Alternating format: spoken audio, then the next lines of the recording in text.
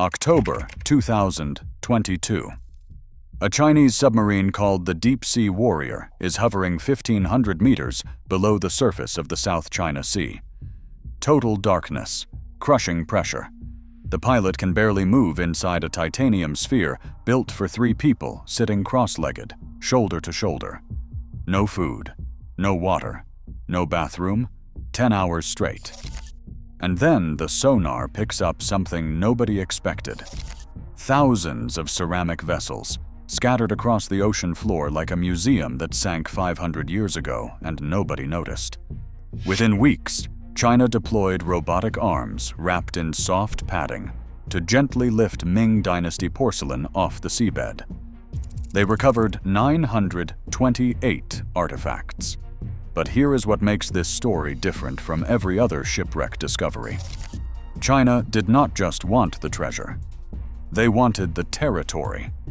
Because every single artifact they pulled from that ocean floor was another piece of evidence in a territorial claim over the most contested waters on Earth. 6 nations disagree. And the only country with submarines capable of reaching these wrecks is the one making the claim. We are going to cover this story in 5 parts. The discovery itself.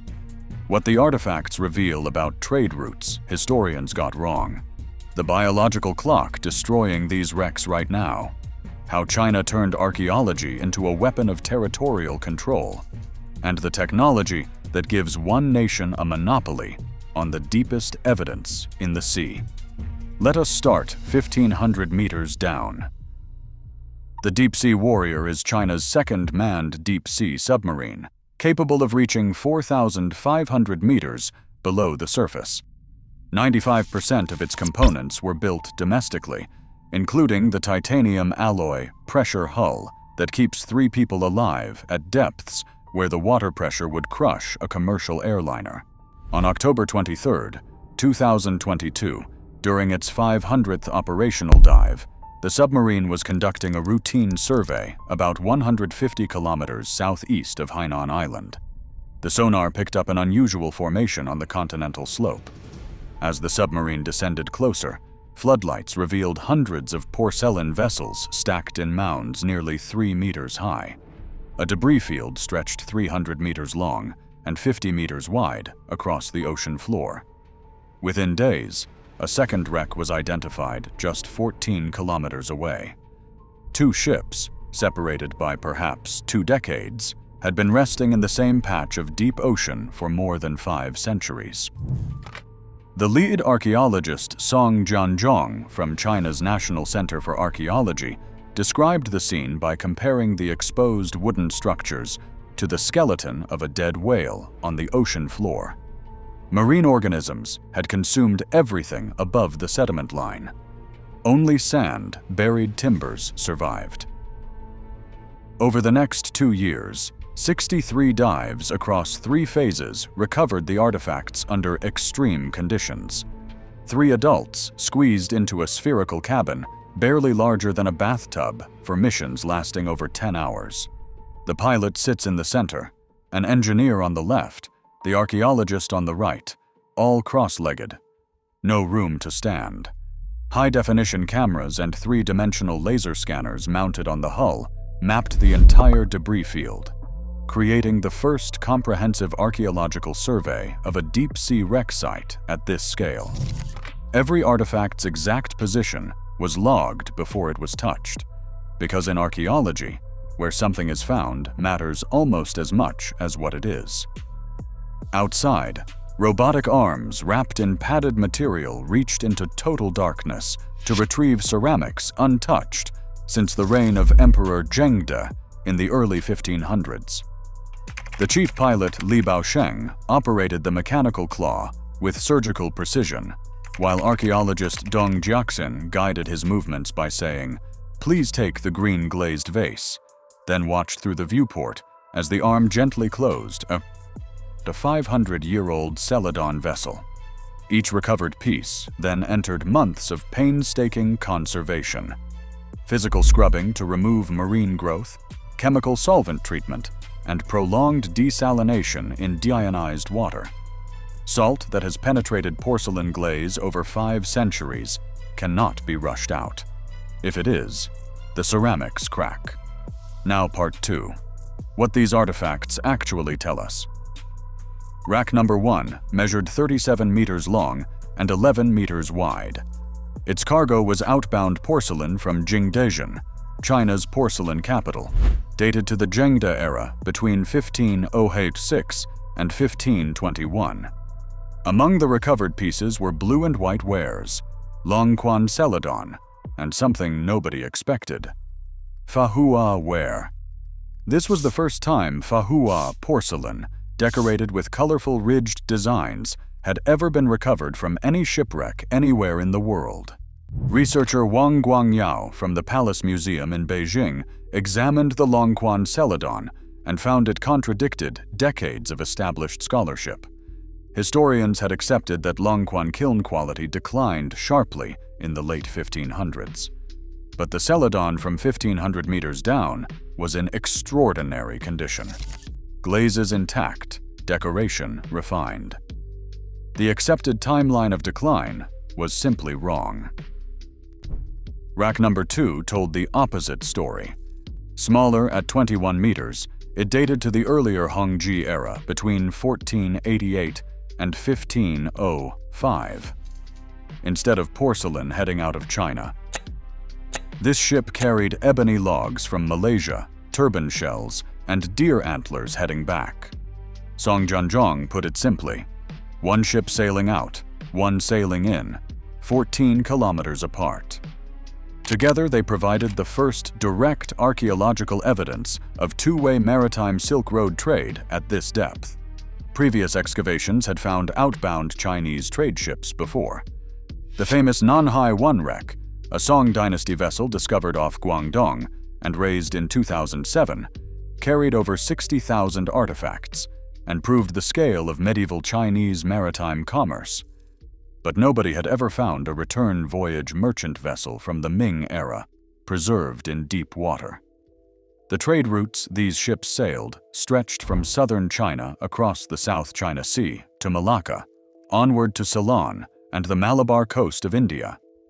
These were the same corridors that Admiral Zheng He's fleets navigated in the early 1400s. The wrecks sit directly on documented sailing routes from that period, and that geographic overlap is not lost on anyone watching this story unfold. Part 3. The clock is ticking on the ocean floor. At a depth of 1,500 meters, the South China Sea is not a quiet museum. It is a biological machine, actively destroying these wrecks. Sandworms bore into exposed wood, hollowing structural timbers from the inside. Barnacles and crustaceans colonize hull surfaces. Only the sections buried beneath layers of sediment have survived. Everything that protruded above the sand line has been consumed over 500 years. The ceramics survive because clay and glaze resist biological degradation, but the wooden ships themselves are disappearing irreversibly. And the number that puts it in perspective is this: more than 100,000 cultural relics are still scattered across 10,000 square meters of seabed around rack number 1 alone.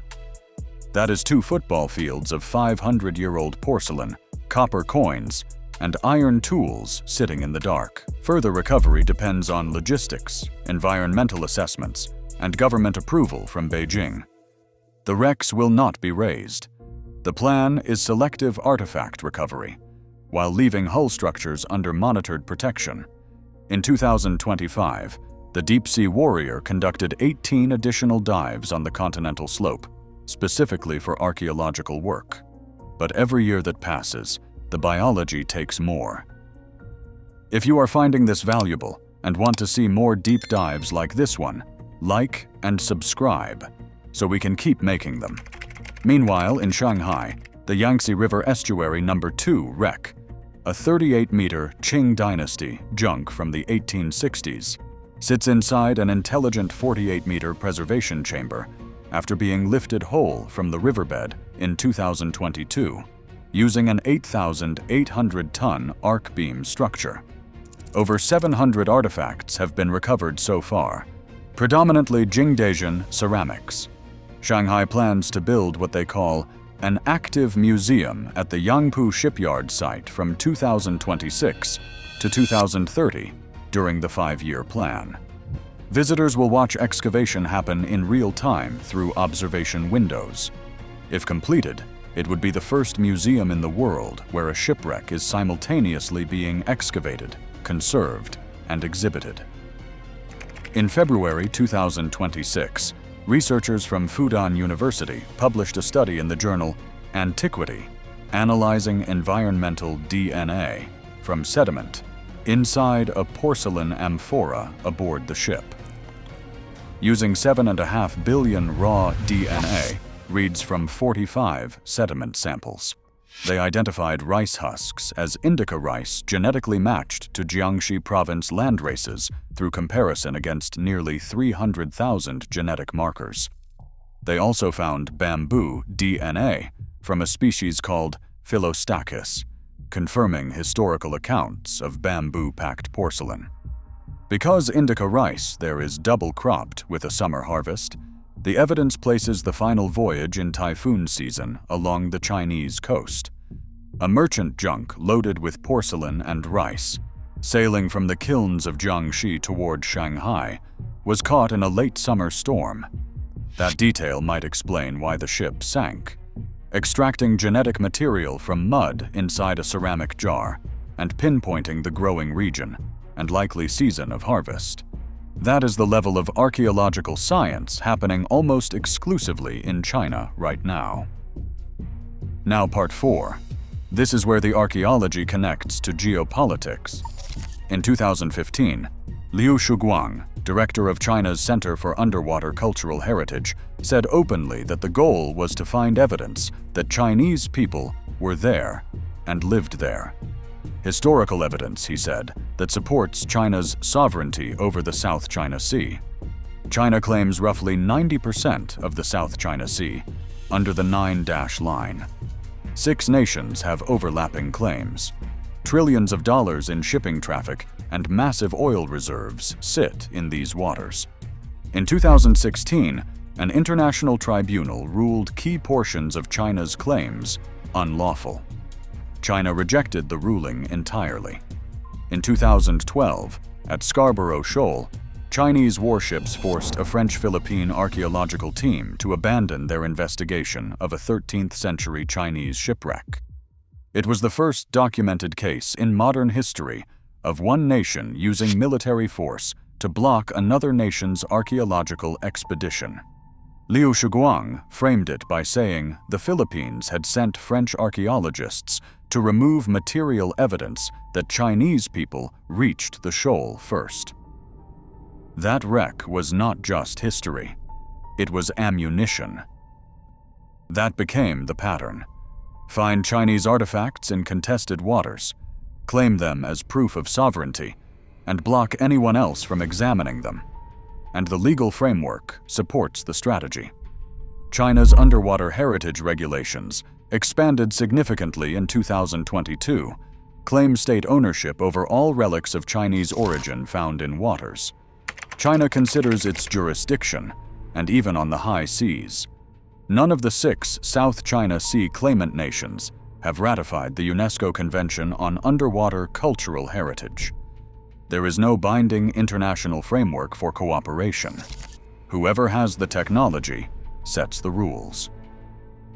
In November 2025, conservation teams spent 6 days restoring the 1946 sovereignty monument on Woody Island in the Paracels. Officials in Sancha City called the restoration a testament to China's sovereignty. At the same time, satellite imagery revealed massive land reclamation at Antelope Reef, also in the Paracels, producing an estimated 1,490 acres of new land by early 2026. If that number is accurate, Antelope Reef would become China's largest constructed feature in the entire South China Sea. Vietnam formally protested. The construction continued. That same September, Beijing declared Scarborough Shoal a national nature reserve covering 3,500 hectares, requiring Chinese government approval for any vessel to enter the core zone. By October, buoys, military aircraft, and a floating barrier sealed the lagoon entrance. The Philippines, the United States, and multiple other nations condemned the move. Part 5. The machines that make it all possible. China operates 3 manned deep-sea submarines. Jiaolong reaches 7,000 meters. Deep-sea Warrior handles 4,500 meters. Fenduja holds the record at 10,909 meters. By December 2025, they had completed 1,746 combined dives, 314 in 2025 alone. In 2025, the upgraded Jiaolong conducted the first manned dives ever performed beneath Arctic ice during a 3-month expedition from July to September.